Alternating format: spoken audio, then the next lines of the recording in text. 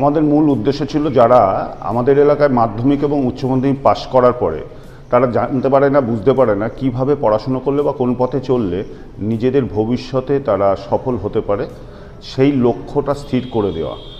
যে সকল আমাদের এখানে যুবক যুবতীরা বিভিন্ন কোচিং সেন্টারে পড়াশুনো করে বা গ্রুপ স্টাডিতে পড়াশুনো করে নিজেরা বিভিন্ন সরকারি দপ্তরে সফলতার সঙ্গে চাকরি করছে, তাদেরকে আজকে আমরা নিয়ে এসেছিলাম। আমাদেরই এলাকার তারা এসে তাদের সফলতার যে পদ্ধতি, যেভাবে পেয়েছে সফলতা, সেই বিষয়ে তাদের অভিজ্ঞতা শেয়ার করলো আমাদের এলাকার ছেলেমেয়েদের সঙ্গে এবং তাদেরকে বলে দিল যে কিভাবে পড়াশুনো করলে তারাও পেতে পারে সরকারি চাকরি।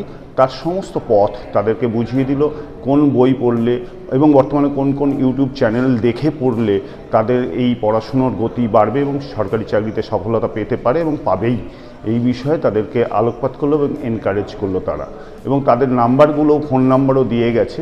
যদি কারোর কোনো রকম প্রয়োজন হয় সেই নাম্বার নিয়েও তারা যোগাযোগ করতে পারবে, করে নিয়ে তারা সহযোগিতা হতে পারে কেউ ডব্লিউবিসিএস সাধারণ মিডিল ক্লাস স্টুডেন্ট, মধ্যমানের স্টুডেন্ট, তারাও যদি একটু নিয়ম মেনে, কৌশল মেনে যদি প্রক্রিয়াগতভাবে পড়াশুনোটা করে, তাহলে সেও হতে পারে ডব্লিউবিসিএস অফিসার, হতে পারে ব্যাংকের চাকরি পেতে পারে রেলের চাকরি বা স্কুল টিচার।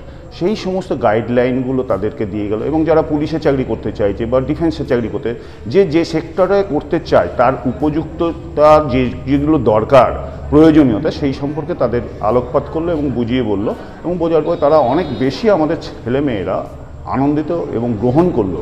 সবচেয়ে বড় কথা, আজকালকার ছেলেমেয়েরা প্রচণ্ড অস্থির হয়ে পড়ে মোবাইল আসক্ত হয়ে, তারা বেশিক্ষণ এক জায়গায় বেশি স্থির হয়ে বসে থাকতে পারে না। কিন্তু প্রত্যেকটা বাচ্চা, কেউ 3 ঘন্টার এই প্রোগ্রাম চললো, কেউ একজনও উঠে যায়নি, বরং অ্যাডিশন হয়েছে।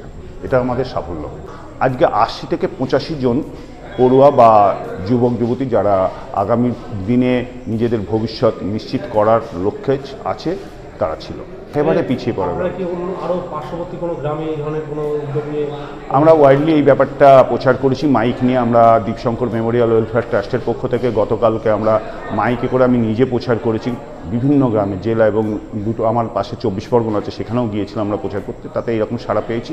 শুধু এইটাই নয়, আমরা আগামী 29 তারিখ রবিবার, আর একটা সামনে রবিবার বাদ দিয়ে, ওই দিনকে আরও একটা প্রোগ্রাম এই ধরনেরই করব। কারণ বর্তমান যুগ এসে গেছে এআই যুগের, আর্টিফিশিয়াল ইন্টেলিজেন্সে। এবার সেই জায়গা থেকে দাঁড়িয়ে আগামী 2026 সালে স্ট্যাটিস্টিক বলছে সারা পৃথিবীতে কর্ম হারাবে বহু মানুষ। আবার এই এআই টেকনোলজিতে যারা জ্ঞান অর্জন করতে পারবে, তারা আবার বহু চাকরি পাবে। সেখানে 10 মিলিয়ন ভারতবর্ষে 2026-এ চাকরি পাবে এআই টেকনোলজি জানা ছাত্রছাত্রীরা।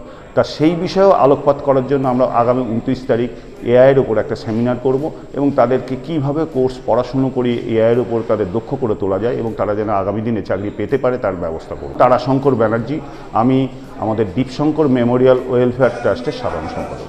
আজকে আমরা কি করে আমাদের কেরিয়ার গড়ব সেই সম্পর্কে আমাদের কিছু শেখানো হলো, যে কী করে কেরিয়ারটা তৈরি করব।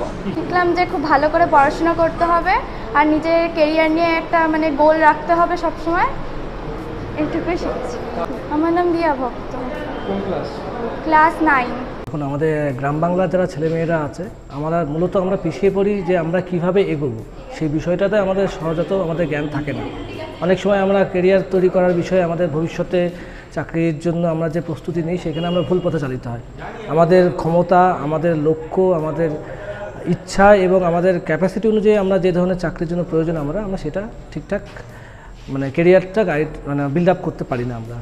এই কারণেই আমাদের এই দীপশঙ্কর মেমোরিয়াল ওয়েলফেয়ার ট্রাস্টের উদ্যোগে আজকে এই মনেপথে আব্দুল আজিজ হাই স্কুলে আমরা এসেছি। আমাদের গাংনাপুরে আমাদের একটা প্রত্যয় গ্রুপ স্টাডি সেন্টার বলে আমাদের সেন্টার আছে, সেইখান থেকে আমরা এসে এখানকার যারা ছেলেমেয়েরা আছে, যারা বর্তমান পড়ুয়া ছেলেমেয়ে যারা পড়াশোনা করছে, অনেকে এখানে উচ্চ মাধ্যমিক পাশ করা কলেজ পড়ুয়া ছেলেমেয়েও আছে, তাদেরকে দিশা দেখানো যে কোন কোন চাকরির ক্ষেত্রে কীরকম স্কোপ আছে, কী ধরনের পড়াশোনা করার প্রয়োজন আছে, কোন চাকরির জন্য কারা যোগ্য,